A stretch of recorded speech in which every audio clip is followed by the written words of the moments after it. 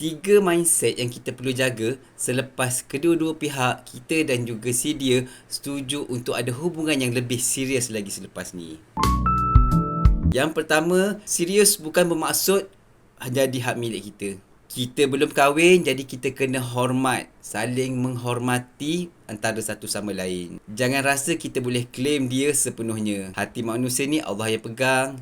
Yang kedua, kena ada mindset kita sedang berusaha, bukan kita nak berlumba untuk sebuah kesempurnaan. Masa ni lah kita nak sama-sama belajar untuk bersabar, nak faham perangai masing-masing, nak nilai cara masing-masing selesaikan masalah. Jadi kena fokuslah pada kematangan dalam menyelesaikan semua perkara tu. Yang ketiga, kena ada mindset kalau dia betul-betul jodoh aku, Allah pemudahkan. Redha dan juga tawakal tu penting tau. Kalau betul dia tu Allah takdirkan untuk kita, insya-Allah Allah akan jalankan semuanya dengan baik. Bukan bermakna tak ada langsung ujian, tetapi ujian yang dihadapi, cabaran yang dihadapi semasa tempoh kena serius ni dapat diselesaikan dengan baik dan juga dua-dua pihak rasa tenang je. Sebab apa? Sebab keberkatan tu ada. Yakinlah bahawa hubungan yang serius, yang nak jadi lebih tenang, hadir apabila kedua-dua belah pihak ni matang dan juga bukannya tergesa-gesa. Jadi teruskan berusaha, kena ada mindset yang kuat,